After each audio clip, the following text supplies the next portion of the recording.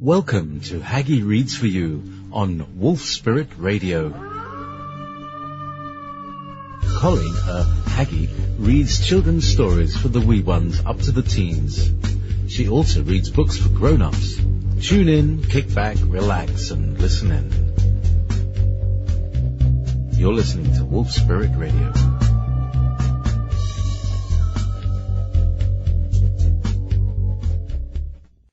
Hi everyone, this is Colleen, and this is Wednesday, February 3rd, 2016, and you're listening to Haggie Shack Radio, simulcasted to Wolf Spirit Radio, and it's time for Haggie Reads for You. And today I'm going to pick up where I left off last week with Alien Minds. For the balance of their ride that morning, the two continued their discussion, and Hanlon, working through the ears of the two Cavals, listened closely and learned much. The two were almost back to the residence when Enver's Caval stepped into a hole and stumbled badly. It wrenched its leg so it could barely stand on it. Enver immediately dismounted and examined the leg as best he could. "It looks bad, Father," he said after a minute or so. "I'll walk the rest of the way and lead it slowly. It's not too far from here, so you go on ahead if you wish." "Well, slowly. All right. I'll have the doctor meet you at the stables and see if the beast can be healed. If not, it should be destroyed to save it pain." "Yes, I know that would be best, although I dislike to think of it, for this is my favorite." The ruler cantered on, and the young man followed slowly, letting the Caval hobble along at its own gait. When Enver finally reached the stables, he talked with the head groom, Indar, and with the animal physician, who arrived shortly afterwards. "I'm not sure," was the doctor's statement after much studying. "I'll try to save it, but I don't know if such an injury will heal or not. The ligament seems to have been torn loose, and being inside the leg, it is hard to get at it with medicine. See how badly it's swollen already?" The Caval was put into its stall, and after treating it as best he could with the limited knowledge and techniques known, the doctor left. Hanlon knew about the accident, of course, and had been keeping the Caval from feeling too much pain. He made it a point to be standing near while the animal was being examined and treated, and was surprised at how little the doctor could do. The Australian veterinarian did not even apply hot or cold compresses, nor bandage the swollen leg in any way. Also, apparently, he did not know about hypodermics for injecting medicine into the injured part. Later in the afternoon, after their work was done, and he had some free time, Hanlon thought more concisely about the matter. If he could help any, he would make a friend of Enver, he felt sure. More than ever he liked the young fellow, whom he decided was a real man in every respect. But he must be careful not to give himself away, not to display knowledge Australians did not know. Suddenly he recalled the shooting of the fish, and what he had been able to do there. "I wonder if I can help this healing in any way with my mind," he pondered. The other grooms, including Indar, had left the stables for the bunkhouse, so Hanlon was there alone. He sat down near the injured Caval's stall, insinuated his mind into that of the animal, and began studying its brain, nerves, and muscles. After considerable intensive study, he found the way to make its muscles relax. He had already long since established a nerve block so that the cavale felt no pain. Now he learned to make those muscles and nerves contract or relax, even to the point of almost causing a temporary paralysis. Deeper and even deeper he probed into its physical structure. Especially now, he tried to trace the nervous system connecting with its various glands, looking for confirmation or refutation of a startling concept he had glimpsed. After much study and experimentation by the trial and error method, he was beginning to find it possible to partially control the increase or decrease of flow of the secretions of its glands, but far from perfectly, for it was an intricate and involved method, necessitating as it did the locating of the nerves that led to and controlled those glands, and then learning how to activate or inhibit them. Nor could he be sure it was not chance only the few times he had made them operate as he wished. Yet he watched carefully to see the results of the activations of each gland, and finally believed he had found the one that was the master gland, in charge of the body's healing functions. He now worked on this, trying to direct the added secretions through the bloodstream and into the cavale's injured parts. Soon, even though his forcings were spasmodic and infrequent, he could begin to perceive that this was actually the way it should be done. The wounded ligaments and flesh and muscles started showing signs of starting to heal a bit faster than nature was doing it. His deep concentration was rudely broken by a heavy hand on his shoulder, and an angry voice saying, "What do you think you're doing here?" Looking up, he saw that it was Indar. Hanlon recalled the portion of his mind from that of the cavale. "Oh!" He scrambled to his feet and fixed his face in a look of deep concern. "I was just studying Invar's poor cavale and trying to figure out a way to help cure its leg." The head groom sneered. "I suppose you think you know more about it than I do, or the doctor." Hanlon was certain he knew far more than the groom, and probably things the doctor had never even guessed. But he kept his voice humble and almost servile. "I didn't say or mean that, Nair, but I have had some experience with animals, as I told you and the ruler, and I've helped cure many injured ones. Since it was my time off, I didn't think I was overstepping my place to see what I could do." "You been handling it?" Indar asked sharply. "Oh, no, Nair. I was just sitting here thinking about it and trying to remember all I'd learned or heard about how such injuries have been healed. Then I was going to come and suggest them to you." "Well, it's none of your business, so get out and leave it alone," was the surly command.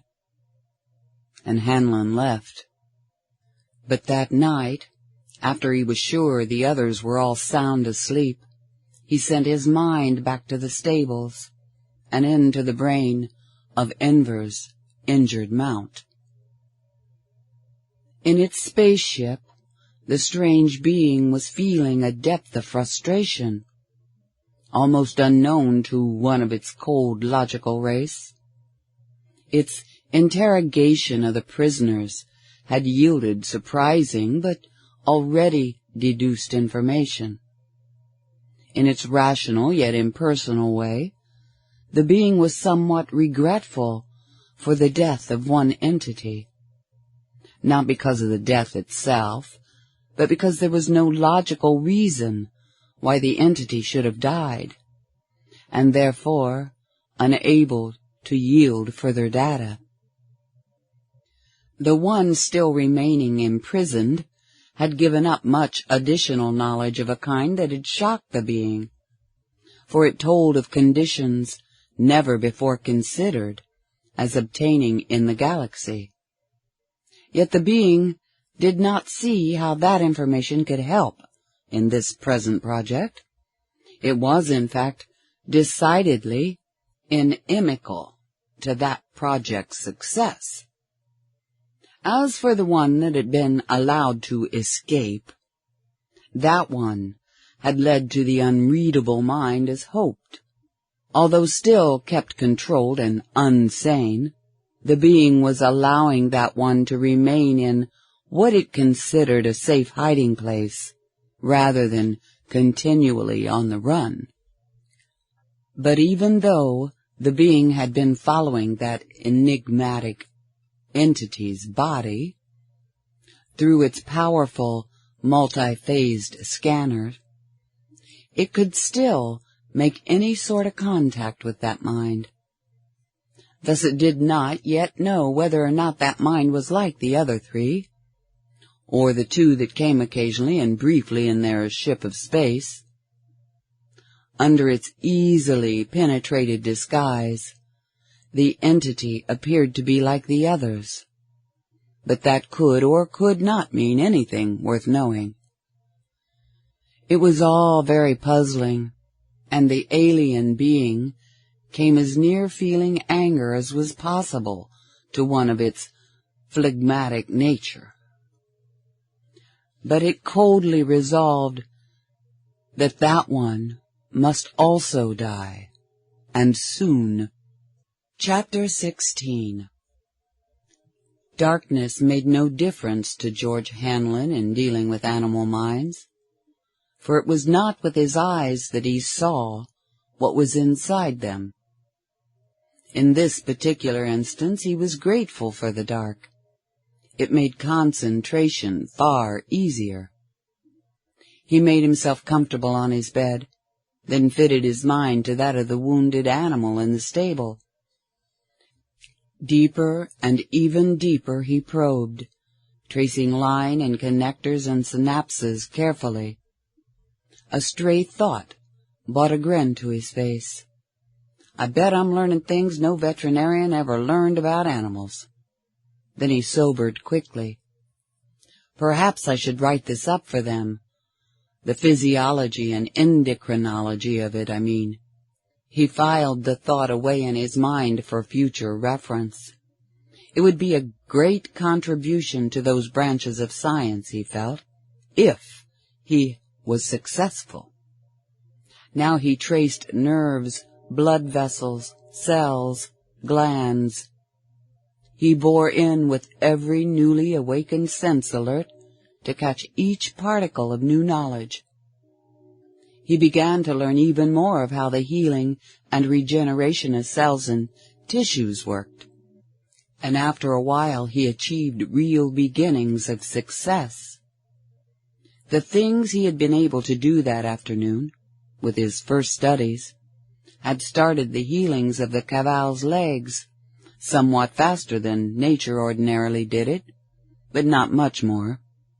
Now, however, he was able more surely and quickly to continue that work, and by the time he noticed the false dawn lightening the night a bit, and he knew he must get some sleep, the injury was almost entirely healed. What a surprise Indar's gonna get when he looks at that leg in the morning, he chuckled, for the swelling was reduced, the inflammation all gone, and the caval was able to stand and walk on the foot without limping or apparent pain. In fact, from his ability to read the beast's mind, Hanlon knew the pain was all gone. If nothing happened to irritate it, the leg would be good as new in a day or so without further attention. Hanlon was sleeping so soundly the next morning that Indar had trouble waking him, and that did not help in dispelling the anger and distrust in him. The head groom knew. Hanlon tried to work hard enough, and was careful to appear willing and even ready for the mean, dirty job Zindar assigned him, so as not to make the groom any more irritated than he already was. Shortly after daylight, Everett came to the stables to see how his favorite cavale was getting along. He and Indar were very much surprised to see that the animal was apparently entirely well, and that the leg showed no sign of the injury of the day before. "I can't understand it." The young man shook his head. "It must not have been as badly hurt as we thought." Indar may have had his doubts, and Hanlon saw him throw a quick, wondering glance in his direction. But the groom wisely said nothing, since he had no proof, and such a thought was ridiculous anyway. When it came time for the ruler's morning ride, Hanlon was still working inside, but Elis Amir asked to see the new man, and Indar had to call him out. "Ah, my savior," Amir said as Hanlon appeared. "Are they treating you well, Lona?" Hanlon bent the knee. "Oh, yes, Nair. I have everything to make me happy here, and I love the work. And Indar has been most kind about showing me around and helping me learn all my duties here so I may serve you better." "Good. I'd like to have you ride with me this morning," the ruler said as he mounted. Hanlon glanced at Indar.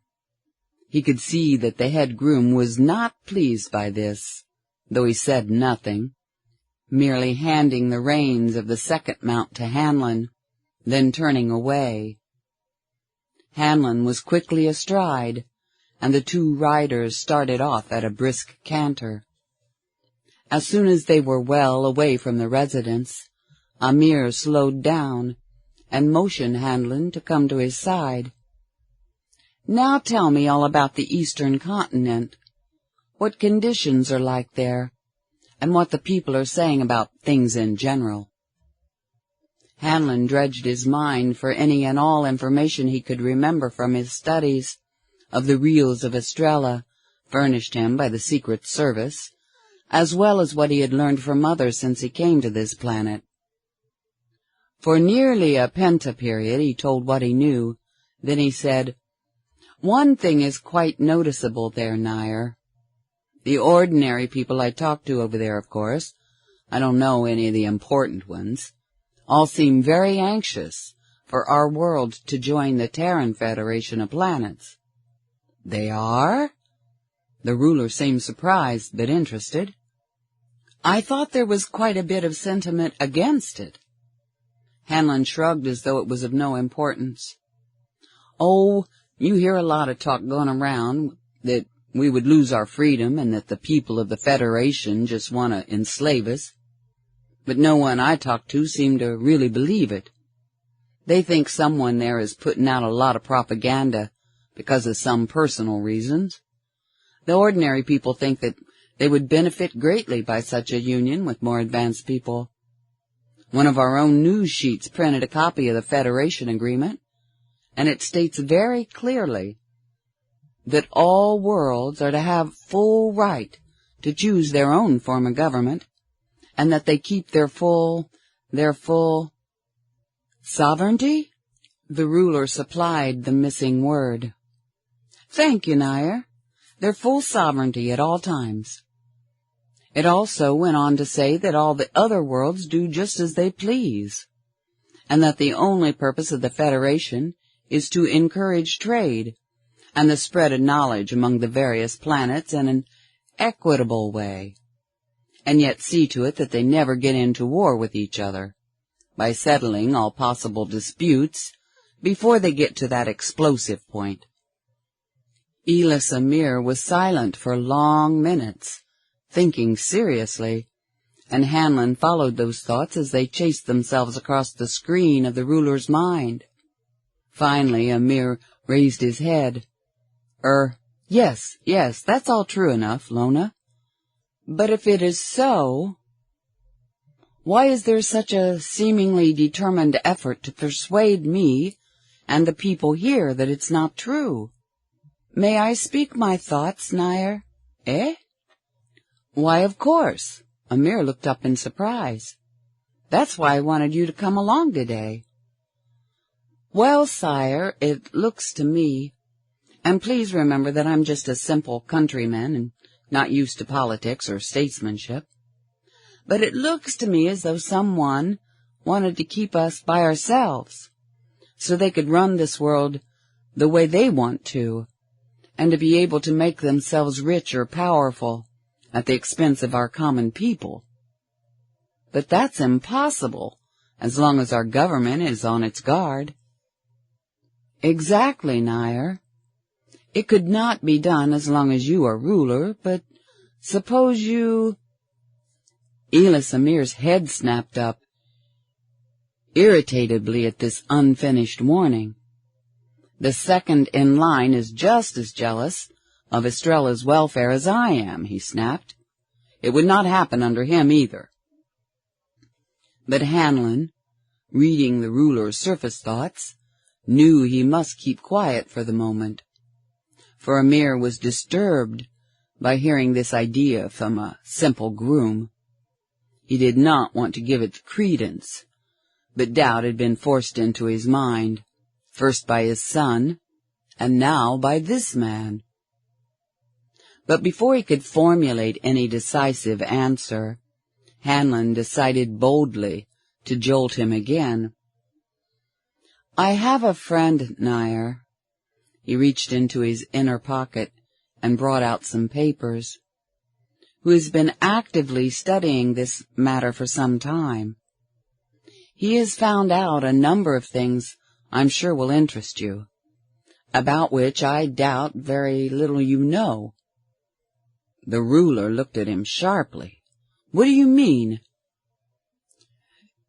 "You know that there's been an unprecedented crime wave all over our planet recently," Hanlon said, and Amir nodded sorrowfully. "My friend has found proof that, while a lot of people have been engaged in these criminal activities, there's a complete program that is being carefully carried on by a staff of headmen, each with his own group of lower criminals, but all headed by one. By the Terrans. It's well known here." "No, Nair, not by the Terrans.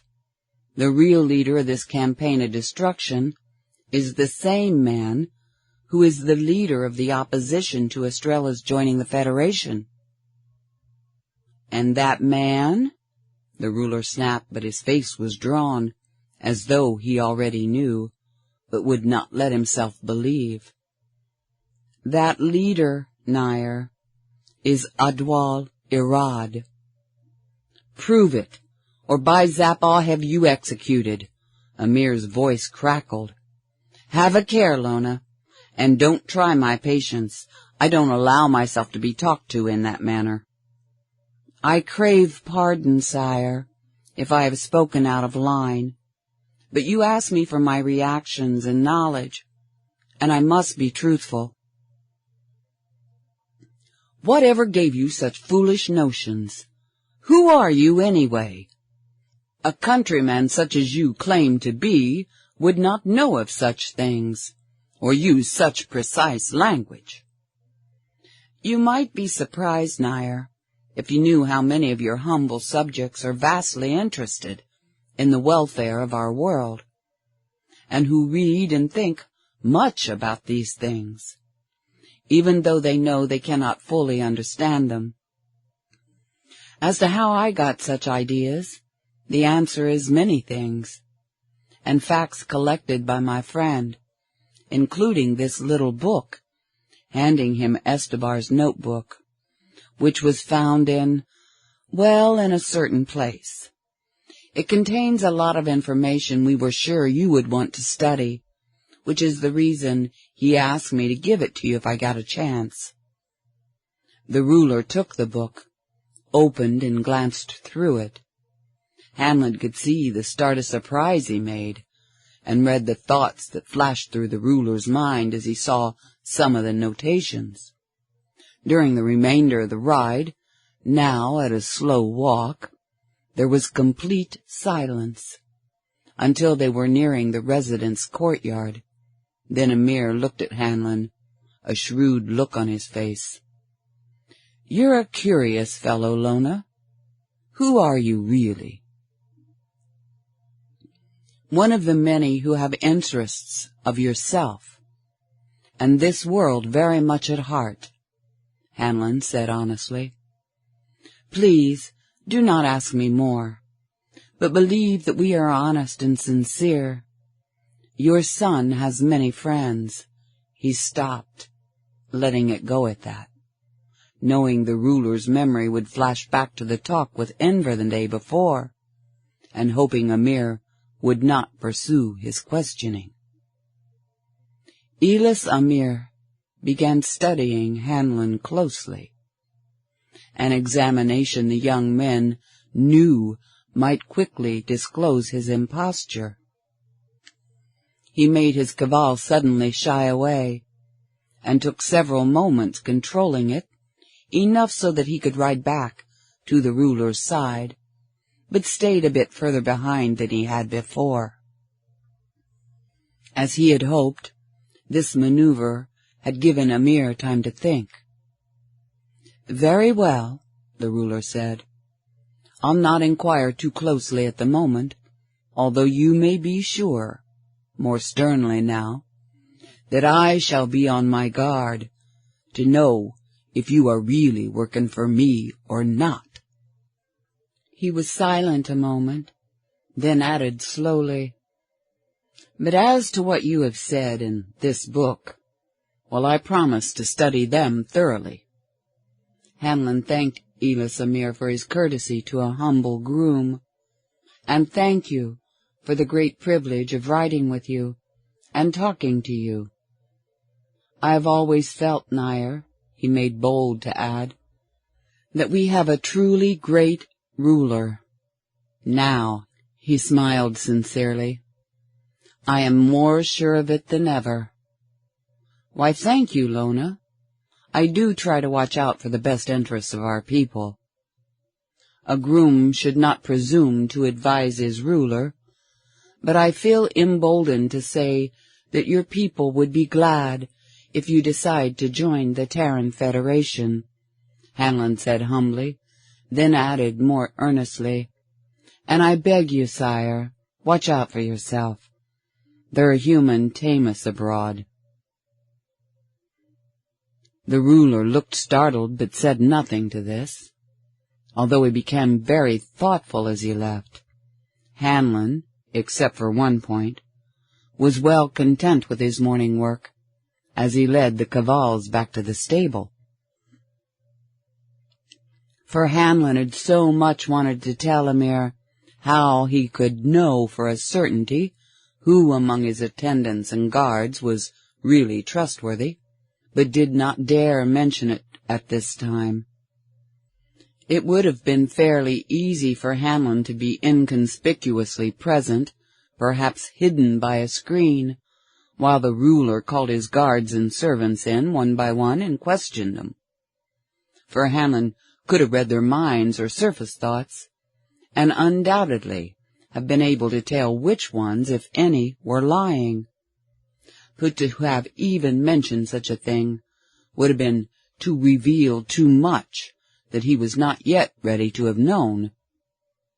"I'll have to hang around the guards as much as possible and study their minds for any traitorous thoughts," he decided, "especially if I want to know if any of them are Irad's tools." Indar was surly when Hanlon brought the mounts into the stable, although he did nothing overt as a young man carefully rubbed down the cavals and returned them to their stalls. But Indar did come up and ask, "What did Amir have to talk to you about?" "We did very little talking," Hanlon answered with apparent trustfulness. "He asked me a few questions about Lura and the eastern continent, but I told him I was just a farm worker and didn't know much about general condition. That seemed to disappoint him, and he said nothing more. But I saw him talking to you as he dismounted, and you were answering him." "Yes, he was kind enough to say he enjoyed the ride, and that the cavals were in fine condition," I told him that was largely due to you, that you were careful to see that they were well cared for, and that we kept the stables clean. That reminds me, how did it happen that Inver's Cavall was all healed this morning? The man's eyes bored suspiciously into Hanlon's. Why, I don't know, he answered evasively, his face bland. I suppose it was the medicine and treatment the doctor gave it. He must really be good, but then he wouldn't be the ruler's animal physician if he wasn't, would he? Indar swung away, but his attitude and surface thoughts told Hanlon that he was only partially satisfied. He had no real idea, of course, of what happened. Such a thing was just beyond his simple comprehension. George Hanlon could not know it, of course, but as soon as the ruler had returned to his rooms, he settled himself comfortably in his favorite chair, and gave orders that he was not to be disturbed. Then he set his mind to considering every aspect of this curious business, and to studying more thoroughly the papers of that notebook of S-bars, with its disquieting notations. Finally he called in the man who was not only a sort of confidential secretary, but a lifelong friend and confidant, whom he trusted implicitly. He gave this man definite orders as to certain investigations to be made at once. During the balance of the day while the man was gone, Amir's mind was a turmoil of doubt and worry, for Hanlon's final suggestion that the ruler's life was in great danger made him pause to think. Of course, rulers were always fair targets for assassins, even on this world, where such things were very rare indeed. But Lona had hinted that this was no ordinary assassination he was to watch for, but a part of the so-called plot of a group who were out to keep Estrella from joining the Terran-led Federation. And if the groom was right, then how safe was Amir? Even if his own residence, was his personal guard loyal? Or had the conspirators, supposing there was such a group, the ruler was still reluctant to believe Arad was the head of any such organization, or even connected with it in any way, despite the mounting evidence, including more than one entry in Esbor's revealing notebook. Had these conspirators, whoever they might be, been able to infiltrate members into his hereto highly trusted household? Wait, come to think of it, there were several new servants and guards come to work here within the past half-year or so. Elis Amir had never heard of truth serums or lie detectors, for such things had not yet been discovered or invented on Estrella, nor did he even suspect that it was possible to read a man's mind. Now the ruler's thoughts strayed back to that enigmatic groom. Just who and what was he, anyway? He certainly was not a common, simple countryman, as he pretended to be, and the way he had met the ruler saved his life and obtained work here. Looking back now, Amir could see that it was all too pat. Was he one of those friends Enver had spoken about, who were working with his son to find out the truth about whatever it was that was going on here? It was apparent he was part of a group of some kind, or else his kind of friend who had obtained that damning notebook was false, and Lona himself had managed to get possession of it.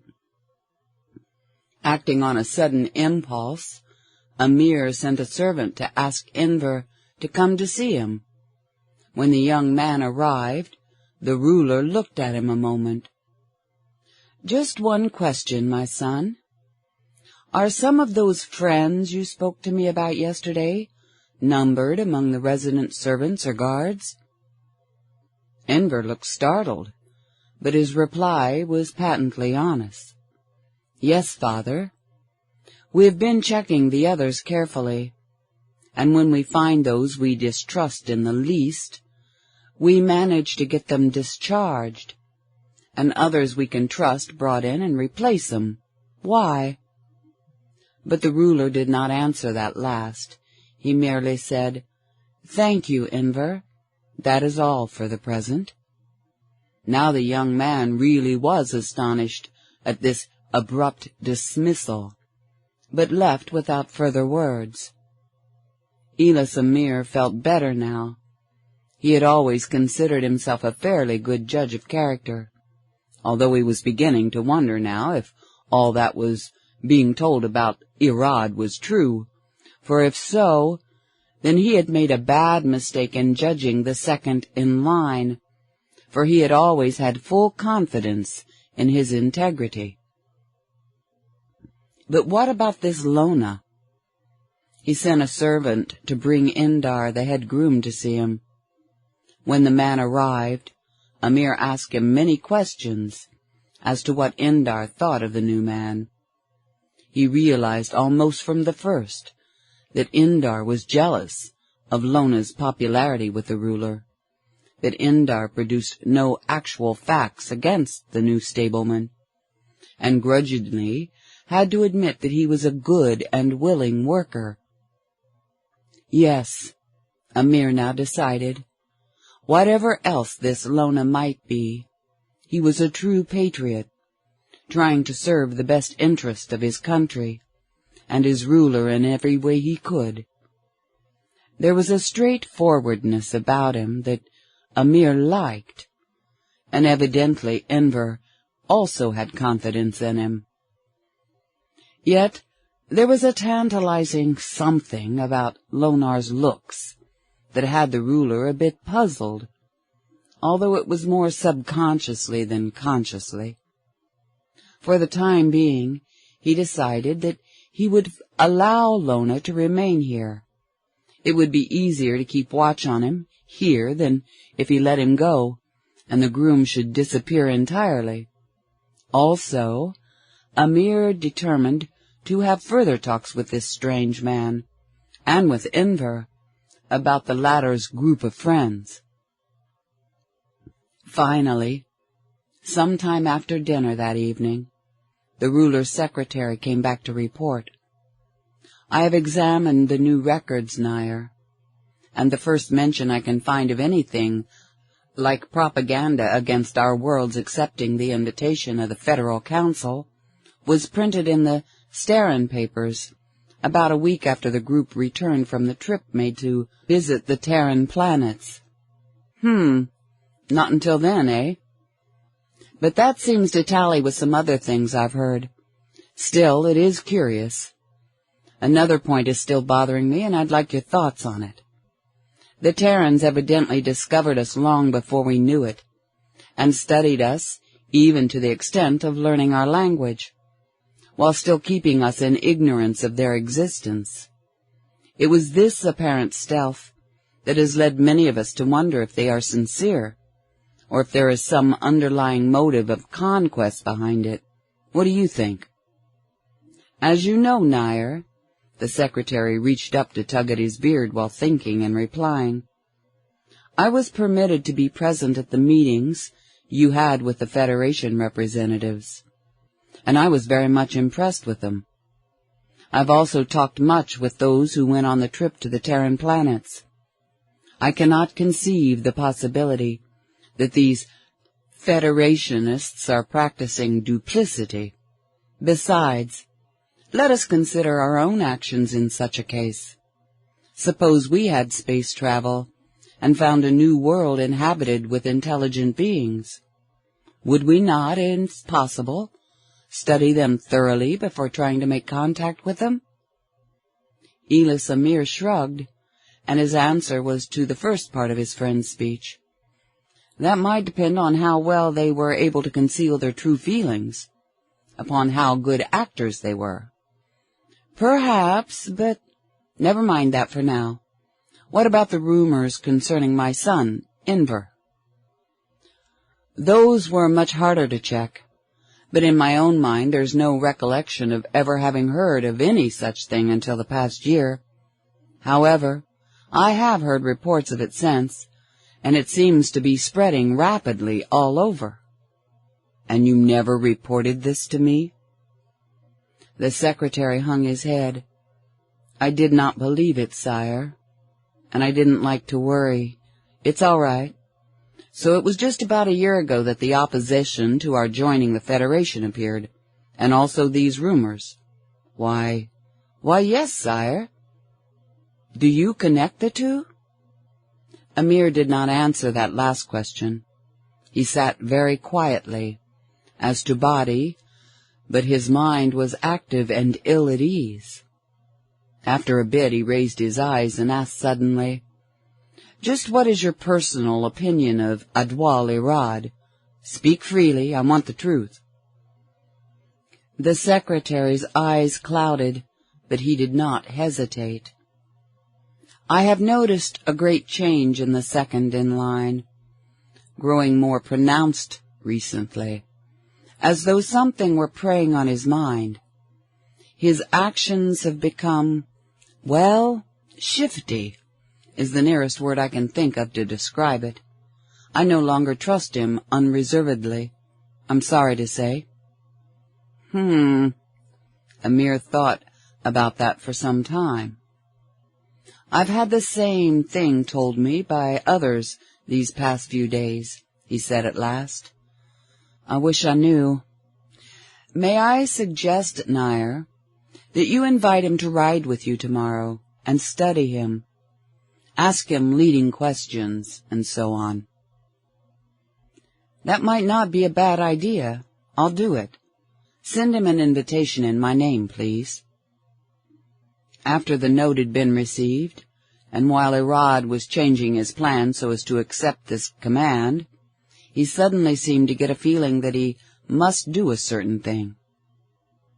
The second in line recoiled in horror.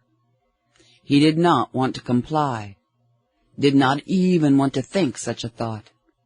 This was far worse than the other things he'd been forced to do in the past months, but something, he could not imagine what or why, was forcing him to do this, as it had the others.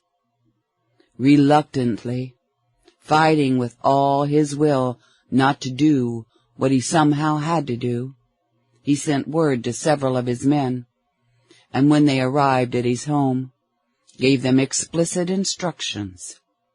They seemed surprised and reluctant, but he insisted, and somewhat to their surprise, the plan soon seemed like a good one. Chapter 17. The next morning Hannon was told to take 2 cavals out to the mounting block, for Adwal-Irad was to ride with the ruler that day.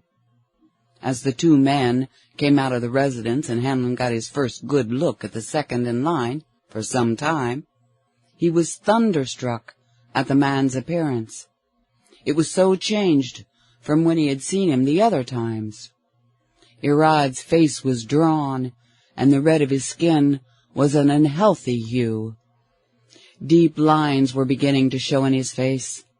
The eyes were so dim and lackluster, the mouth so drawn, that Hanlon wondered if Irad was ill, or had been these past few days. For the one who had passed highest in all his tests among those eligible in his generation as to knowledge and fitness for the position of second in line and the successor to the rulership, such a breakdown seemed incredible. Hanlon invaded Iran's mind to see if he could learn why all this was, but at first touch there seemed something was wrong with it, as though there was a block or a barrier there in that mind unlike any he had ever found before. It seemed even worse than it had been before when he tested that mind, and he wondered anew what it could possibly be. He could still read Irad's surface thoughts, but the feel of the man's mind was different and disturbing. Hanlon's mind scanning, however, was just in time to catch the partial thought, "This is the fellow. He'll bear watching." It was not much to go on, but Hanlon instantly became more alert. "What in Snyder's name does that mean?" he asked himself. "Wish I had some way of watching that bozo when he isn't around me." But he did not know of any way it could be done, for he could not very well leave the palace grounds while he was working here as a groom, to spy in person upon Irad's coming and going, and he knew of no animal or bird kept in the house of the second in line. "Wonder what became of Ebony," Hanlon thought parenthetically. "Hope he found a way to get out of Yandor's house, and that he has a good new home." And this brought up the sternly repressed memory of his father. Oh, how he wanted to drop everything and go hunt for his dad. But he had already thought that matter through, and knew his duty kept him at his work that was far more important than one man's liberty. Yes, his mind knew that, but his heart did not. But Hanlon could and did keep in touch with the two men through the minds of their cavals as they rode that morning, even as he returned to his work in the stables. And it was well he did so, for hardly were they outside the gates when Irad began again to argue against Estrella's joining the Federation. But today his so-called evidence met stiffer opposition than formerly, for the ruler had been thinking more seriously than before, and was studying what Irad said with that in mind. The things Hanlon, as Lona the groom, had said had been disturbing.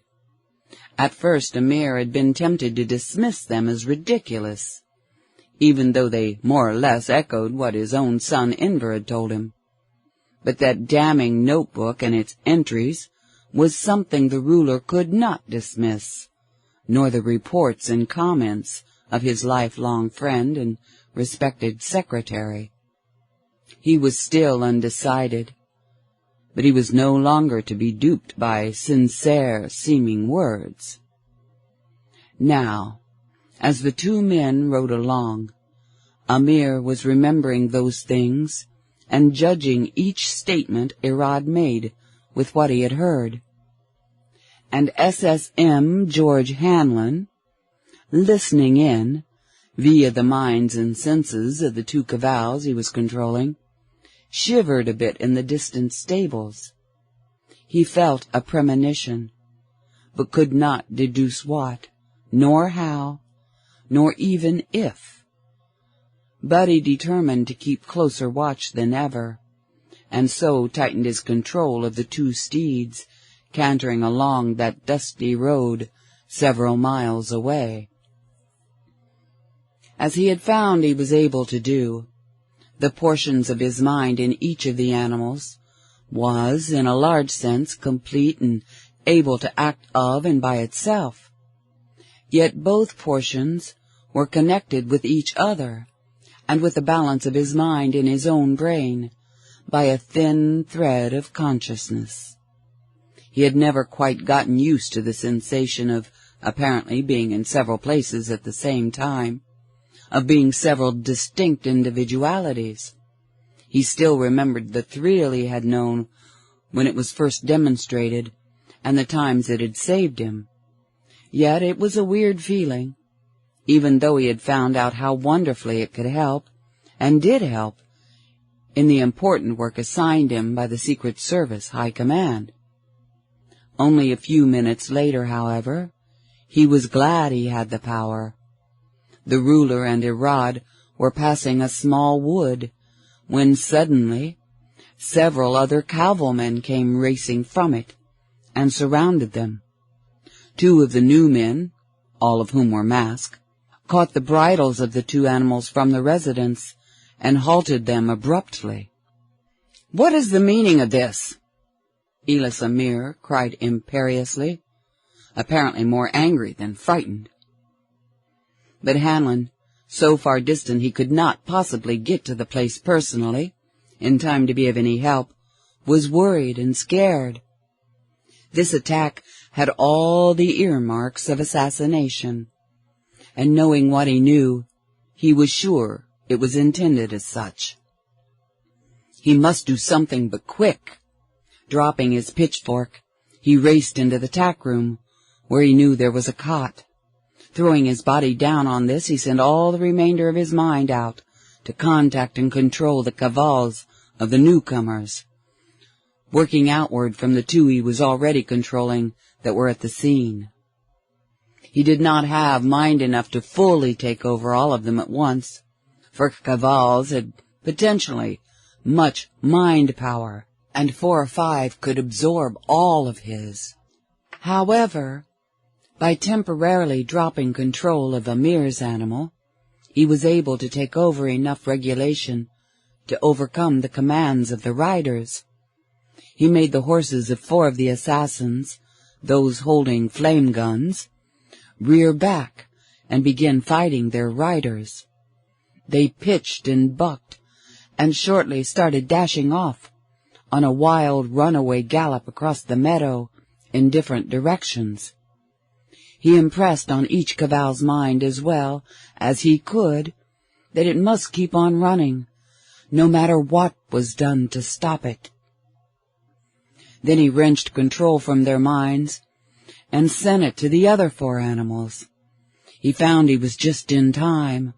One of the men, who had been holding Amir's caval, Hanlon could see through its eyes, was drawing his flame gun.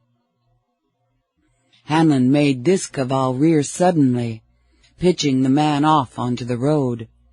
The animal swiveled about while in the air, and landed its heavy feet on the prone body. It kicked and pawed the helpless gangster until there was nothing left but a battered and bloody mass. The remaining attacker's caval was meanwhile racing off across the meadow in much the same runaway fashion as the ones who had preceded it. When it was well away, Hanlon withdrew control. Meanwhile, he'd been watching carefully through the eyes and ears of the 2 steeds that bore the ruler and the second in line, what they were doing and saying. Through Irad's mount, he could see the look of surprise and fright that had come upon the ruler's face. Fright, Hanlon rightly guessed, at Amir's near approach to death, surprise that the attack had been made at all, and especially at the unbelievable manner of his deliverance. What could possibly have made all those cavals start running away just at the crucial moment? He asked Irad, whom he did not yet suspect. And even more amazing, the way that one threw and then so savagely killed its rider, yet it is now standing quietly there, munching grass at the roadside. Both Amir and Hanlon, who saw it through the ruler caval's eyes, saw the look of hatred and rage that came onto the face of the second in line, giving it almost the appearance of a completely different person. Amir was so shocked by it that for a moment he could not speak, could only stare in open-mouthed amazement. Hanlon, too, was startled, momentarily failing to watch the actions of Irad. And in that instant, the conspirator tried to act. From a hidden pocket in his clothing, he drew a flamer and aimed it at the ruler. "Maybe this will spoil my plans," he snarled, "but by Zappa, you die anyway." And even as he was speaking, and while he was pressing the stud in the gun's handle, Hanlon snapped himself into awareness and made Irad's mount rear back and wheel on its hind legs, while at the same time he forced the ruler's caval to dodge to one side. But he was not quick enough. There was a flash of flame, a stench of burning cloth and flesh, and a hastily suppressed groan, all clearly apparent through the Caval's senses, that told the distant Hanlon that Amir had been hit. He felt the ruler reel in his saddle, and hoped the blast was not fatal. But he had no time then, save for an incidental inspection, despite the abilities of his divided mind, for he was intent on trying to make Irad's Caval unseat its rider, so that he might have the beast trample the conspirator. Even so he could feel Amir, through the senses of the steed the ruler was riding, clutch the pommel with both hands to hold himself on his mount's back. But Idwal Irad was an excellent cavalman. He managed to keep his seat, but was too busy with this either to look to see if his shot had killed the ruler, or to fire another.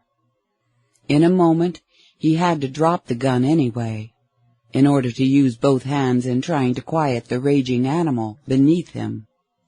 For the Caval was rearing, bucking, sunfishing.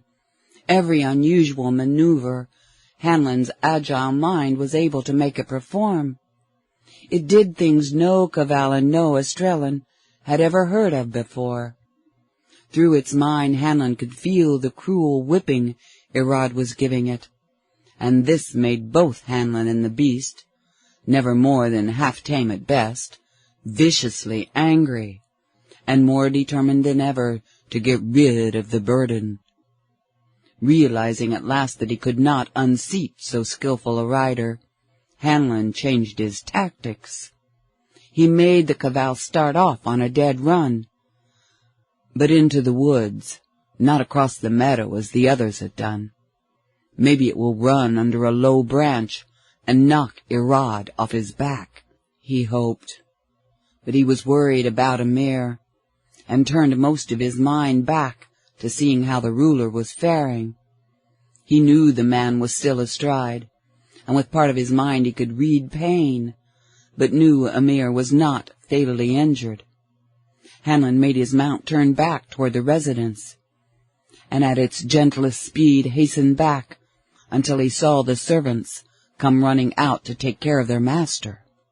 Knowing the ruler was now in safe hands, Hanlon was free to think of his own situation. He opened his eyes and stared with growing astonishment at totally unfamiliar surroundings. Jerkily, he sat up on the bank on which his body was now lying. His eyes roved about the small, stone-walled room, trying to figure out where he was and why. He had gone into the familiar tack room of the stables, he knew, to lie down on a cot there, while he sent all of his mind out of his body to contact and control the Cavals of the would-be assassins. He guessed he had been gone for about half an hour. What had happened in the meantime? He got up and went across the small room to a heavy wooden door, which he found to be locked. He had to stand on tiptoes to look through the small barred window on it, but his only view was of a narrow corridor, on the other side of which was another stone wall, containing, in the limited portions he could see to the other side, 3 doors similar to the one behind, which he was confined. "Looks like I'm in the Juzgado," he grimaced. "Wonder why and how?" He called out in hopes someone would come and explain, but repeated calls brought no one, nor any response from the other cells. Must be no one else here, he thought, and went back to lie down on the bunk. There he used his special talents, sending his mind outside and hunting for some bird or animal through whose eyes he could try to discover where he was. He finally contacted a bird, and soon discovered he was in a small stone building at one of the farther corners of the residential grounds. There did not seem to be any guards hanging about on the outside. Hanlon made the bird fly up and hover near one of the windows and peer inside. No one there either, nor any to be seen through either of the other windows that opened to the outer wall. He sent the bird higher until he could see the entire palace grounds and thus orient himself. Then he flew it to the stables. Indar was talking to 2 other grooms and seemed in high spirits. As the bird found a perch close to the little group, he heard Indar saying, "Drunk, so I had the guards arrest him." "Never knew he drank," one of the stablemen said. "I was surprised myself, but he was dead to the world, and I couldn't rouse him." But Hanlon could detect in the man's voice and attitude that Indar felt he had achieved his revenge for all the fancied wrongs Hanlon, as Lona, had done or contemplated doing to him. Satisfied with the time being, although not too happy at the situation in which he found himself, Hanlon withdrew his mind from the bird and twisted his body into a more comfortable position on the bunk. There was so much he had to think about, and now that he was undisturbed was a splendid time. He felt confident that the ruler, Elis Amir, knew the truth about Adwal-Irad and the conspiracy, and would no longer hesitate about joining the Federation. He might, though at that, Hanlon thought seriously, especially if he happens to get it in his noggin that we Terrans were in back of all that has happened. It's a dirty shame he doesn't understand us better, or that we don't know their ways of thinking better. But then, that's the cause of half the troubles between individuals, nations, races, and worlds. They simply don't understand the basic motivations of the other fellow. But about Emir, I wonder if now isn't the time to prod him a bit. If, or as soon as I get out of here, I'll try some way to get in touch with the Federation and suggest we have the ambassadors come back and talk to him again. He ought to be ripe now. It was only after some time that he remembered to wonder if Irad had been hurt or killed by his runaway Kaval. I should have stayed in his mind until I knew if he got home or what. Hanlon again sought out a bird, and when he was in control of his mind, sent it winging across the roofs and the countryside to the home of the second in line. When it got there, nothing could be seen to indicate that anyone was at home, nor was anyone visible when the bird peered through each of the windows. Hanlon perched the bird on a tree limb, while he thought seriously for some moments. Then he sent the bird on the oval Esbar's house. Maybe I can pick up a clue there. But as soon as the bird started looking through the windows, Hanlon knew he had uncovered more than a clue, for Irad was there, talking to 3 or 4 men. Hanlon wanted very much to hear their conversation, but how? The bird hunted in vain, but could find no open door or window by which it could enter, nor were there open chimneys, as are so common on Terran worlds, for the Estrellans covered their smoke and fume vents with fine screens. Hanlon made the bird perch on a tree limb and go to sleep. Then he sent that portion of his mind from its brain, seeking some small animal, rodent or insect, inside the house. He finally found one of those rat things in its hole beneath the foundation. He took over its mind, wincing as he did, so at the vicious, stark ferocity there. But he made it scamper through the walls until it came to the room where the conspirators were talking. The rat had already gnawed an entrance hole through the bottom of the wall there, and Hanlon had it crouched just inside, listening. It took him only a few seconds to realize that the angry Irad must have told the others about their strange fiasco that morning, and that they were planning how they could finish the thing that they had started. "I don't dare go back to the palace myself for some time at least," Irad scowled blackly. "I lost my head and gave the whole thing away back there, I know. Came right out and told Amir I was going to kill him. Who'd have guessed those fool cavals would act the way they did? There's something mighty funny about that Edwall, one of the men said in a puzzled tone that almost contained a hint of accusation. One caval could quite easily have become frightened at something or taken it in its silly head to bolt. You never can tame or train 'em completely. But you said all of the group did the same thing. That just doesn't sound right to me. What made them do that? Just at the wrong time and spoil your plans? Hanlon could hear the second in line laugh sneeringly. You suggesting magic of some sort, Oval? I'm not suggesting anything, I'm just asking. And now the man's voice carried even more of suspicion and accusation. It all sounds mighty strange and unbelievable to me. We'd like to know more about it. There was a dangerous sharpness in Adwal Irad's voice. Are you questioning the truth of my report, Esbor? I'm not doubting you, yet. But there's something going on here that looks peculiar, to say the least, and we want to know all about it. That assassination was planned so carefully, and all the men with you were good riders. It just doesn't seem possible that all of them should have lost control of their cavals at exactly the same time. And that business about the animal Elol was riding, throwing him and then killing him, as you reported? Hanlon, through the rat's ears, could hear the other men muttering agreement to this. Irad sprang to his feet, his voice shrill. You're calling me a liar, Esbor? Not exactly, but I do think we deserve a better explanation of your failure than that silly story. We're all in this too, and our lives are more at stake than yours, since you're second.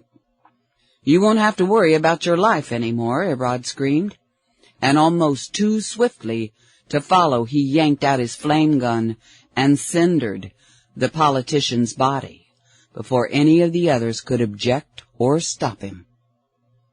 As the man's body, or what was left of it, fell to the floor, Irad swung his gun around menacingly, covering the others, who had risen in fright. Any of the rest of you feeties want to call me a liar? He rasped. No, of course not, Adwal, one of them spoke in a placating manner. We've never doubted you. Anybody with any sense could figure out that you really tried to kill Amir, another said. Why, look, you're the one who started all this, and you sure wouldn't have worked so hard or spent so much on this campaign if you hadn't intended going through with it. That's right.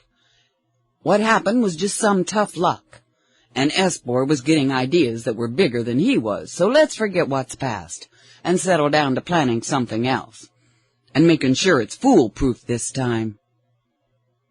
But Hanlon, disgusted as he was at the way they truckled to Irad, afraid of their skins, touched their minds and read the wonder they felt as to what had so changed Irad this past year.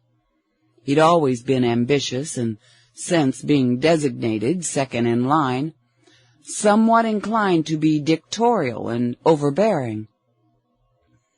But their puzzled thoughts said he'd never been vicious, or displayed the killing instinct he was now showing. Too, his looks, his aging worried them. They shook their heads with anxiety as they began making new plans. Well, I think I'm going to take a little break here and put on a little music, and I'll be back in just a few moments.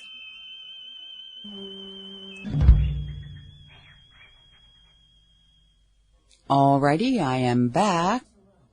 It was some 2 hours later when Hanlon, in his own body, heard steps outside, and the sound of a key in his prison door.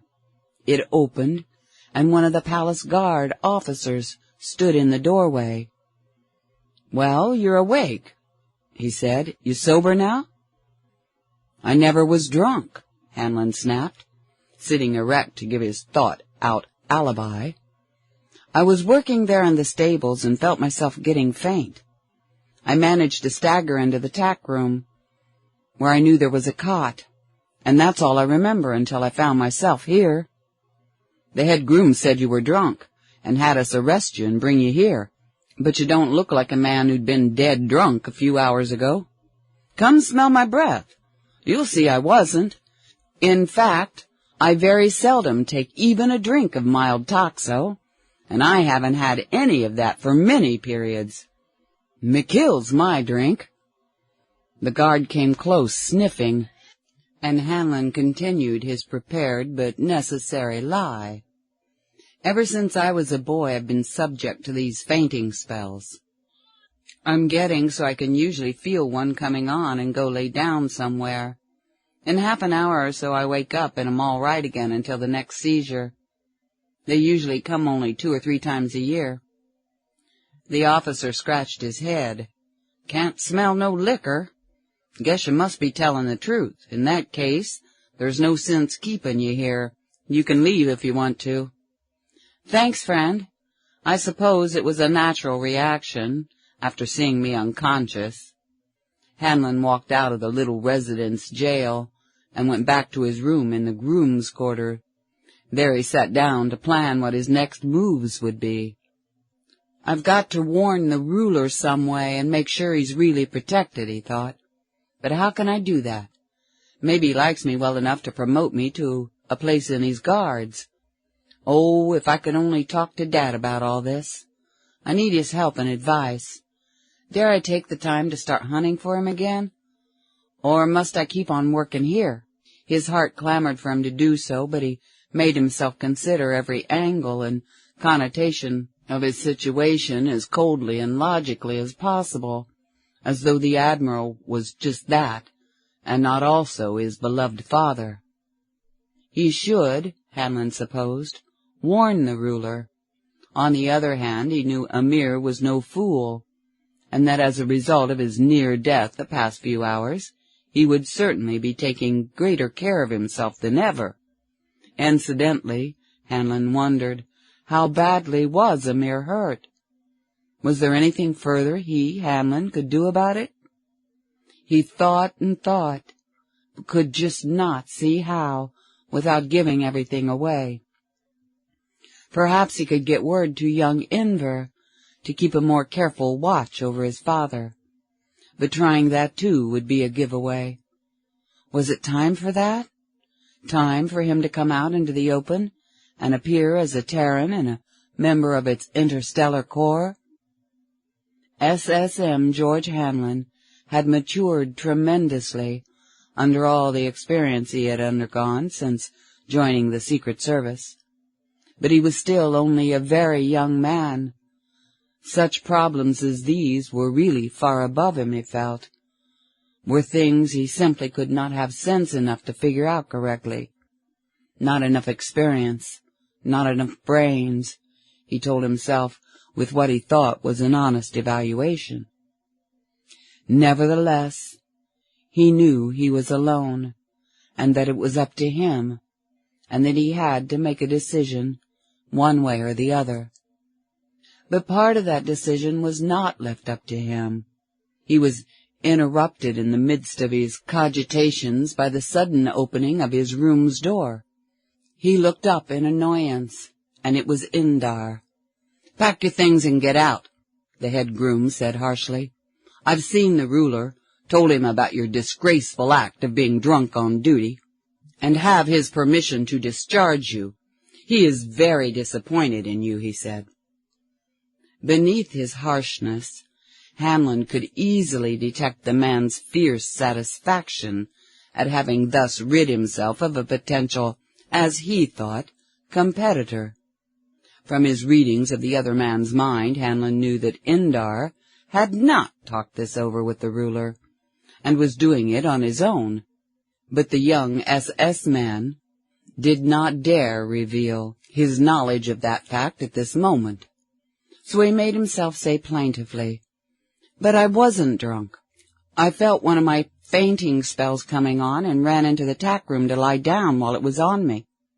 "A trumped-up excuse which doesn't help," Indar sneered. "Even if it was true, which I know it isn't, we don't want such people working here. Get out, and fast." He threw some money on the bed as wages and left. In a way, Hanlon was rather glad. It did help solve some of his problems, in that it left him freer to go and come where and when he wished. So he made no further protests, but silently packed his things, pocketed the money Indar had left, and went out and got his trike and rode back to Stiara. He wondered if his old rooms had yet been taken by someone else. When he reached the building where he'd been living, he parked his tricycle in the shed in the backyard and went up to his old apartment. The padlock and hasp had been forced, and the door was closed but unlocked. He opened it and went in just the same, for there were still some of his things there. He was determined to get them, even if someone else was living here now. But the moment he got inside, he sensed something changed. He stood quietly, letting his mind sniff at the feeling, trying to figure out what it was. He thought he heard a slight noise in the next room and tiptoed softly across to the door. It was, he now saw, slightly ajar, and he peered through the crack. Someone was lying on his bed, an older Australian male, he judged by the longer, heavier beard. Something about that face seemed familiar. The being in the spaceship high above the surface of this planet had been growing more and more puzzled and unsure of itself during the past several days. Its plans seemed to be going all awry, and it was not quite sure why. That native it had been controlling had not acted as he was supposed to act, or rather, things had happened that made it impossible for him to act always as directed. Even to the being the strange behavior of those four-legged beasts for riding that had ruined its carefully prepared plan was completely unexplainable. And there was still that problem of that one unreadable mind on his world. Various things the being had done or caused to be done had enabled it, through its high-powered multi-phase scanner, to see the entity and keep track of its various comings and goings. But all its most intense efforts had not yet been able to touch that mind. That this entity was working with those others who had such a different mind texture from the usual run of Australians, it had long since proved to his satisfaction. The being now knew what these others were, and what they were trying to do on this planet. But who or what that unreadable entity was, what it was doing and why, all this had so far defied the being's utmost powers. So it was puzzled, and as nearly worried as it was possible for one of its race to be. Also, for the first time during its very long life, the being was beginning to lose a little of its supreme faith in its own abilities. It was almost beginning to wonder if it was possible for itself to fail in its mission, but that was unthinkable. And yet, it almost wailed mentally, this entity must be working towards the same ends as those others. Was it their master? For nearly 2 Australian days and nights had been considering carefully and minutely all the data so far acquired, and what its next actions should be. One thing it had decided early: there was no further use for confining or controlling those other 2 strange-minded creatures from that other system. It therefore released the flee compulsion from the one, and caused the jailer to open the doors and allow the other to leave its prison. As George Hanlon stared at the figure on the bed, he reached out mentally and touched its mind. Instantly he let out a yell of delight, flung wider the door, and ran to the bedside. Dad, you're free! Admiral Newton woke, saw his son, and pushed himself erect. But as he did so, a grimace of pain crossed his face, and Hanlon was all solicitude. "What's the matter, Dad?" "Guess I'm not in very good shape," his father managed to grin. "Been half-starved and tortured a bit. But never mind that now. I'm glad to see you. When I was freed, I figured the quickest way to find you was to come here and wait. Guessed you'd be back sometime. Just lucky I did. Things worked out a bit differently than I expected, or I might have never come back here." He explained in short, terse sentences what he'd been doing and what he thought he had accomplished so far. "So you see, Dad," he concluded, "why I'm doubly glad to see you, both because it means you're free, and so you can advise me on what we're to do next." The Admiral thought swiftly. "We've got to do something immediately, that's for sure. Of course, I have the authority to approach Emir as a Terran in case of need. But do you know for sure," he bent a penetrating gaze at the young man, "whether or not the ruler has decided in our favor?" "No," Hanlon said honestly. "I don't know that.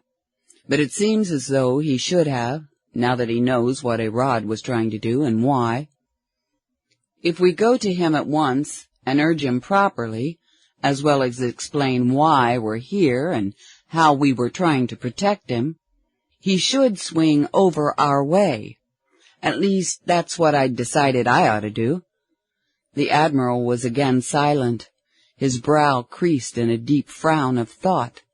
Suddenly he snapped his fingers in decision and looked up. "We'll do it. I have uniforms hidden in one of my hideouts here, and we'll get rid of our disguises and go see him." He climbed from the bed, and Hanlon gasped as he saw how emaciated his father was, and the marks of his torture. But the Admiral dressed. Then both went down and climbed aboard Hanlon's motor trike. But when they got to Newton's room, another surprise awaited them, for Hooper was there, waiting for Newton as the Admiral had waited for Hanlon. After mutual exchanges of experience, the three thankfully began removing their Australian disguises, worn so long and so uncomfortably. Their clothing off, they jumped beneath the pipe shower, and as the water softened the hair and plastic, they took off their false ears and noses and ripped the hair from their bodies. Then they shaved their beards, and more or less trimmed each other's hair to the best of their ability. "Boy, does that feel good," Hanlon cavorted, naked, about the little room, while his father and Hooper laughed at their own relief. Admiral Newton pulled a large traveling case from beneath his low bed, unlocked the three complicated and pick-proof locks, and took out some uniforms.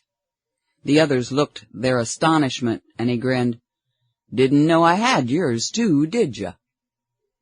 Clean-shaven and dressed in their uniforms, with the symbols of their ranks on the collars and shoulder tabs, the three sat comfortably in easy chairs, discussing plans and telling more fully what each had discovered. Hanlon learned that the plot had been far more widespread than he realized. Almost every city on the planet had a cell working at the spreading of the propaganda against Estrella's joining the Terran Federation, and the lesser rumors about the insanity of Enver, the ruler's son. He now learned the real reason for that whispering campaign, and wondered how he had missed it before. Enver stood third in line, and would become the ruler after Emir if anything happened to Irad. Both Hooper and Newton, who had worked more exclusively in other cities than Stiera, knew the names of most of the native Australians who headed these cells, and they could be picked up and arrested when the time came. The crime wave had been quite widespread, as had the whispers that the Terrans were to blame for it.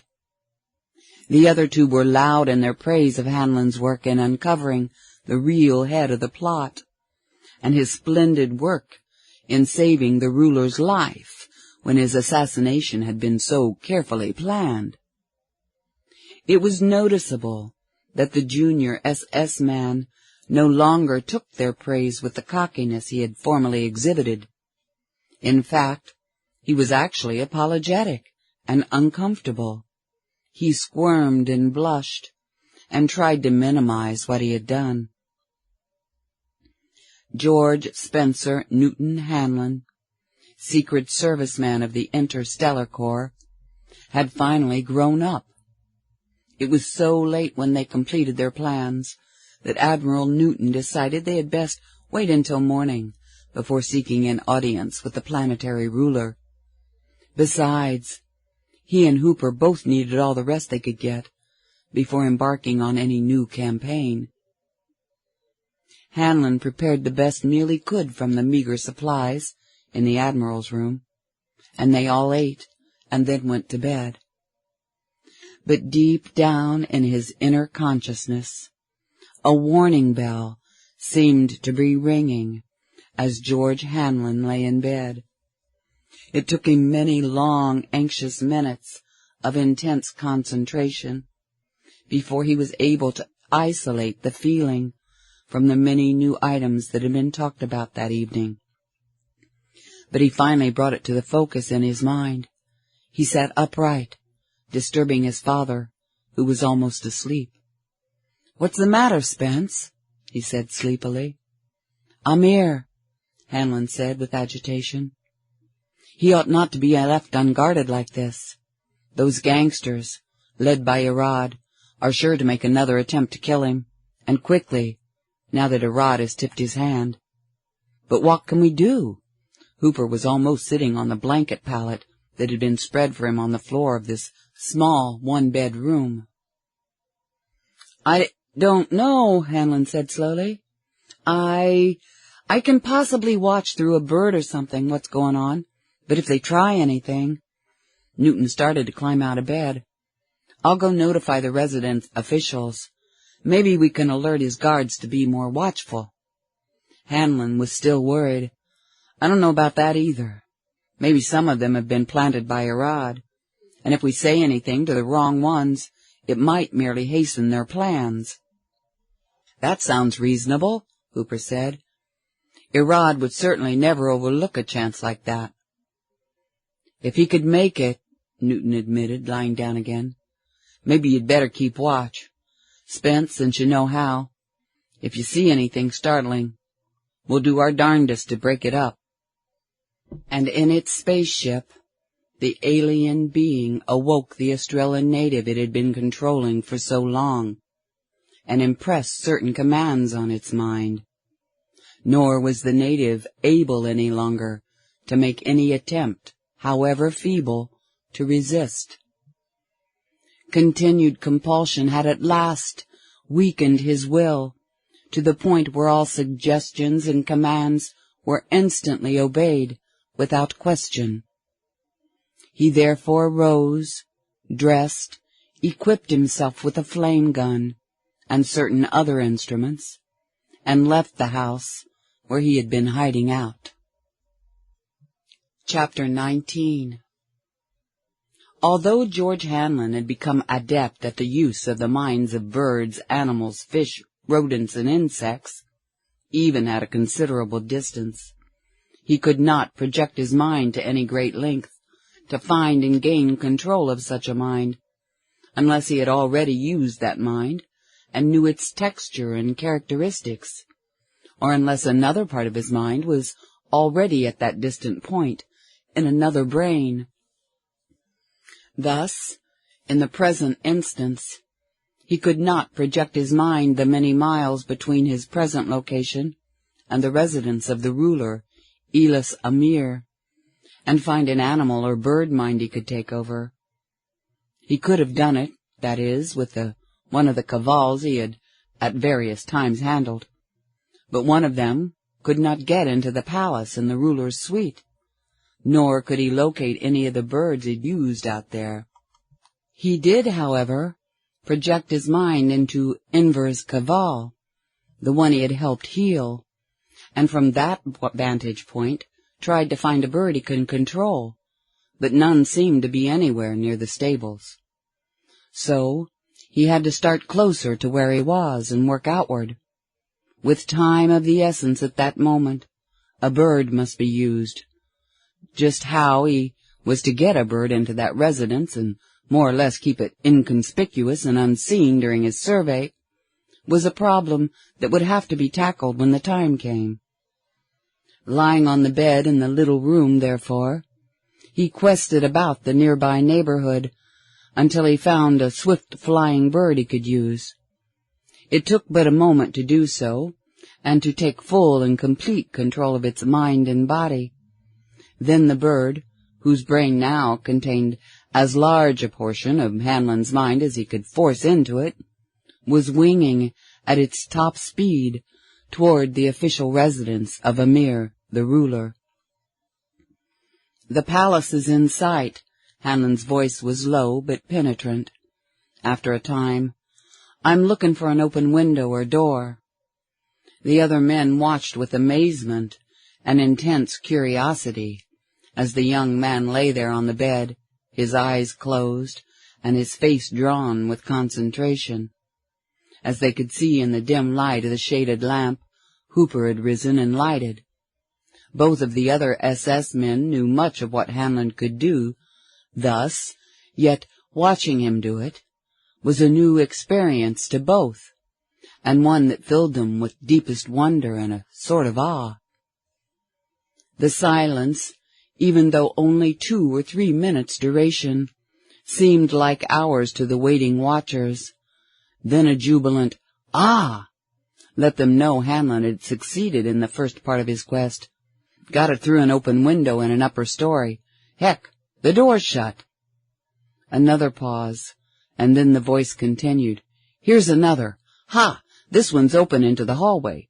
Now, which way is Emir's suite?" They waited with impatience, while they knew the bird Hanlon was controlling was seeking the proper portion of the interior of that great building.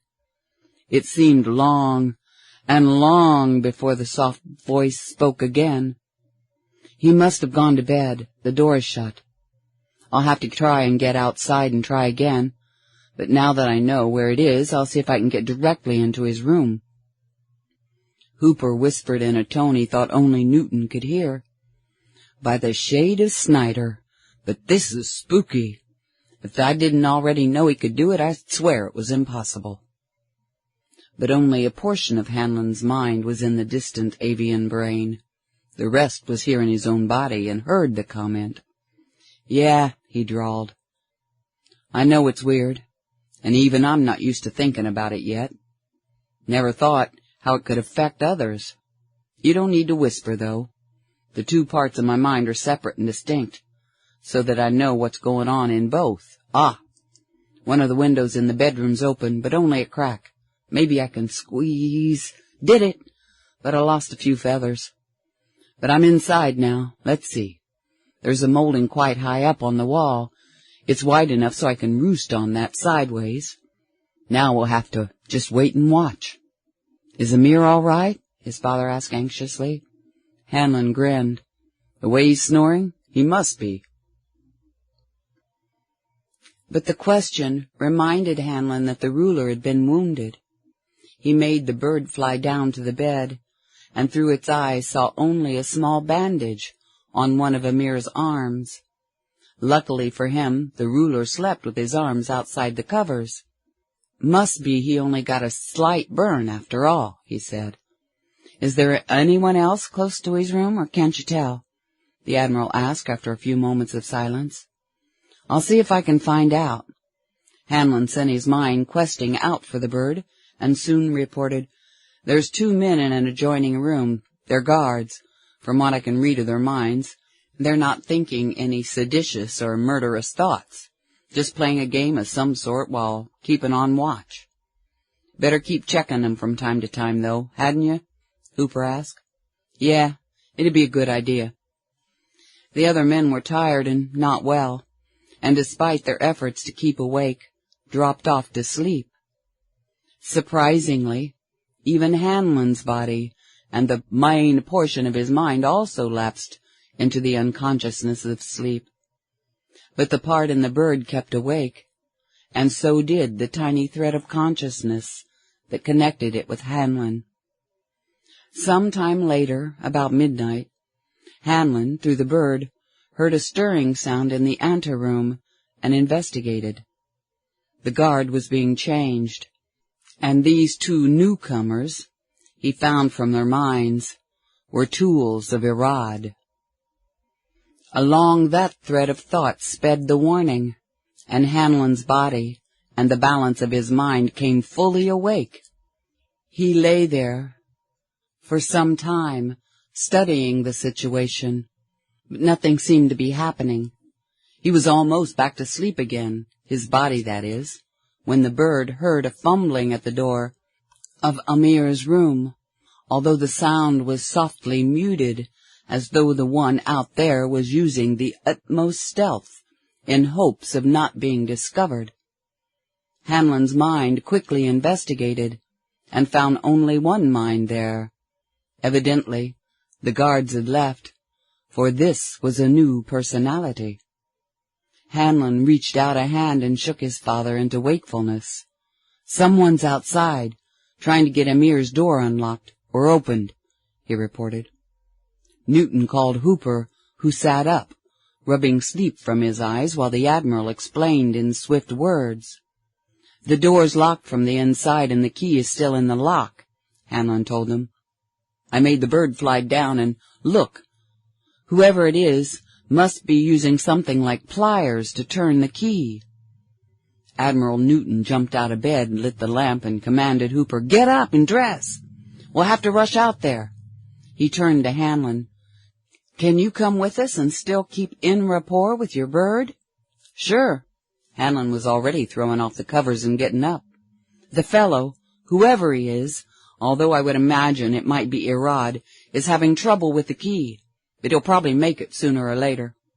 "Do you suppose we can get out there in time?" Hooper asked. "We'll certainly try," the Admiral grunted, leaning down to fasten his shoes. "Can you wake the ruler?" he asked anxiously a few minutes later. "He might have a better chance if he's awake." "Sure," Hanlon said, and a moment later the bird flew down and brushed its wing tips across his face. "He's awake now. He's sitting up, lighting the lamp. I sent the bird close to him, then over to the door. He's watching it. Now he sees the key turning. He's jumped out of bed, running to another door leading out of the room." The three finished dressing, and now ran from the room and down the stairs. Outside, the Admiral commanded, "Follow me," and ran toward the back of the house. They saw the dim outlines of a shed and a high-powered, family-sized touring tricycle. They piled into the seats, even as the Admiral was getting it started. Swiftly, he backed the car out and into the street, and then took off with a full-throated roar from the powerful, souped-up engine. "Special job the Corps experts fixed up for me," he explained as the others gasped at the unexpected speed. Hanlon, through the bird's eyes, was still watching that distant effort to unlock the door, and relaying to the others from time to time what he was seeing. "Ah, it's unlocked. It's opening. But the ruler is in the other room, and has locked that door." "The old boy's not so dumb," Hooper applauded. "I'll say he isn't," Hanlon agreed joyfully. "He's plugging the keyhole." He was silent a moment and then exclaimed, "The intruder's Irad, just as I thought it might be. He's surprised the ruler isn't in bed asleep. He's gone over to try the other door. He's found it locked, and the keyhole is plugged. He seems to have lost his head. He's pounding on the door and yelling." He half-straightened, then slumped down in his seat, and his face strained with concentration. Hooper, in the back seat, leaned forward and started to speak, but Newton restrained him. "Let him alone, Kurt. He must be working on something difficult." Hanlon was beating at the barriers and had wall Irad's mind, trying to get in, even though he knew he had never been able to do so before. But it was all he could think of to do at that moment, and he had to do something. Besides, it was plain to him now that the man was completely insane. The way Irad was acting and the things he was saying and thinking showed it so clearly. So Hanlon had withdrawn entirely from the bird's mind and was now working on Irad's with all his power. The second in line had drawn his flame gun and was firing at the door, trying to burn out the lock or through the door panels. Hanlon was almost in a frenzy of desperation. They had to stop this madman some way.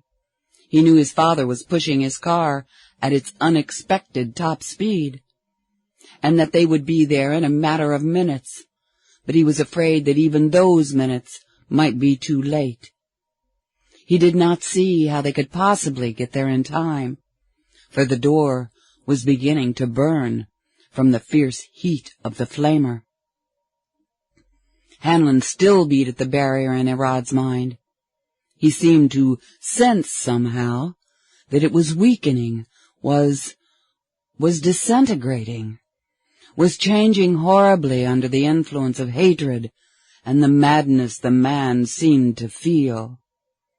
At this time, the Admiral had been trying to coax even more speed out of his souped-up tricycle, and now, in the swiftly nearing distance, they could see the few lights that denoted the residence.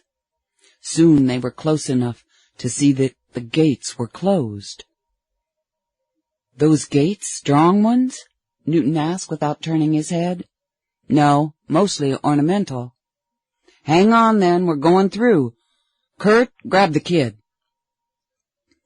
Hooper leaned forward, took hold of Hanlon's shoulders with his strong hands, and braced himself against the back of the front seat in which the younger man was sitting.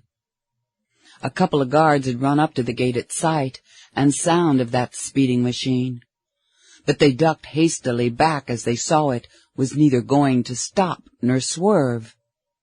There was a rocking jolt, a crash, and the car was past the crumpled gates, careening wildly. The Admiral fought the wheel with all his strength. By the time they came close to the steps leading up to the main entrance, he had it under control. There was a screech of brakes that brought several attendants on the run through the door. The trike slid to a halt, and two of the three men in it jumped out and dashed up the stairs. "The ruler's being attacked," the Admiral cried imperiously. "One of you show us his rooms." A servant, half dazed by sight of the strangers in their peculiar uniforms, and subconsciously controlled by the command in Newton's voice, obeyed. They raced across the entrance foyer to the great stairs that led to the upper story. Although servants were coming into the hallways, sleepily rubbing their eyes, and most of them only partially dressed, their wondering eyes followed the racing men in a stupefied way, but none tried to stop the intruders. "Down here!" the servant dashed in a side hallway, and the two Secret Servicemen pounded after him. They turned another corner, and the servant slid to a stop. Two guards were standing there, flamers in their hands, menacing a small group of servants. Newton took it all in with a single glance. From what Hanlon had said, he knew the men were Irad's. "Burn those guards!" he snapped the command at Hooper, and the latter's blast spoke twice. Fierce blasts of death that made the flashes of the flame guns seem like candle flames. The two guards died instantly. Newton and the servants were already dashing into Amir's bedroom. Meanwhile, back in the machine where he had stayed, Hanlon was still working on Irad's mind. Now he thought he perceived a minute opening toward one edge of that decomposing barrier. He attacked it with all his mental strength, and it began to crumble a bit faster. Further and further, Hanlon dug away at the tottering mentality, until there was an orifice completely through the shield. Instantly, he pushed his mind through, down and down, in and into the deeper parts of Irad's thoughts and memories. And his body stiffened suddenly at what he found. Newton and the servant pushed on ahead into the bedroom, just in time to see the man, Irad, sink to the floor, writhing in apparent pain.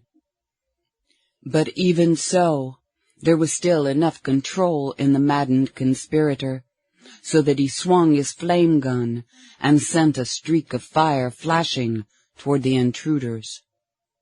The servant, not expecting such a thing, and slow of reflexes, caught most of the blast, and died almost instantly. Newton, trained to quick action, and always expecting the unexpected, ducked down and away.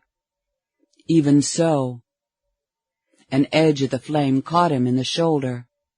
The sudden, intolerable pain threw him off balance, and he sank to the floor, his uninjured hand grasping the wound, trying to staunch the flow of blood. George Hanlon was still in the tricycle, his mind a welter of conflicting emotions. He must be nuts. Such a thing as he had discovered was simply not possible. But it is. A cold, precise, soundless voice spoke in his mind. It is not the mind of this Adwal Irad you are now contacting, but that of another, who has been controlling this entity for some time now. Who are you? Hanlon gasped. I am from another distant section of the galaxy, here on much the same errand as yourself and your assistants. I am banding together the various inhabited planets in my sector, the same as your Federation is doing in yours. This planet is about midway between the two groups. I discovered it some time ago, and after a thorough study of it decided to annex it to my oligarchy, but I have failed, and you have won. You mean you were responsible for all the opposition we've encountered? Hanlon asked in surprise. That is correct. Working through the mind of this now dying entity called Adwal Irad, I caused certain things to be done, including the increase in what you call crimes, in hopes they would alienate these people from your Federation's invitation, which was made shortly before I came here to work. It was my plan to make them join with me after denying you, and for certain things promised, this Irad, in the way of personal power, he more or less agreed, although I had to force him on several occasions. So that's why he changed so. Hanlon now knew the answers to many puzzles. Yes, there was continual conflict in Irad's mind. It was conditioned to a love and loyalty for this world, and certain ethics of what he considered the fundamentals of right and wrong, that are totally unknown to me. In fact, these people are almost non-understandably different from the races in my oligarchy, but they have many resources I need. Thus the disturbance between what this Irad innately felt and what I forced him to do drove him insane. Even now his body is dead, and I am keeping his mind alive merely while I converse with you, a thing I have wished to do for long and long. I shall leave now, for my project has failed, I congratulate you on your victory." There was a moment's hesitation. Then the thought came back to Hanlon. "But there is one thing I would like to know before I go." There was almost a trace of pleading, of indecision, in that hitherto coldly logic, precise thought, and Hanlon wondered anew what sort of being this could possibly be, with whom he was telepathing. For he could perceive nothing whatsoever as to the bodily shape or the size of this enigmatic stranger. "Why was I able to make contact with your mind?" the alien asked, and its thoughts were almost a wail. "I perceive now that you are very young, very immature and inexperienced. I should have been able to read you easily. My abilities must be very small indeed, even though I have always considered myself so competent. Are you of a different race from those others with whom you worked? I know you are not a native of this planet, for your mind texture is far different from theirs, as is your fellows, even as yours, in some ways, differ from theirs." "I honestly do not know the answer," Hanlon thought frankly. "I am of the same race as my companions, but I have some slight additional mental powers, not usually found in my people. It may be I have a natural block or barrier in my mind that they do not possess." "It must be so. I could make no contact with you at all, whereas I could penetrate and easily control with the others. It is only now, while we are jointly tenating this weaker mind, that I can converse with you through its brain. I still cannot do it directly. It is very puzzling," and Hanlon felt the withdrawal of that mind. Irod's body, now that the mind which had been keeping it not dead or semi-alive, had slumped to the floor in full death. All righty, I'm going to have to stop there. It is the beginning of a new chapter, chapter 20. And I sure am liking this book. And I'm thinking that you are too. You're listening to Haggie Shack Radio, being simulcast to Wolf Spirit Radio.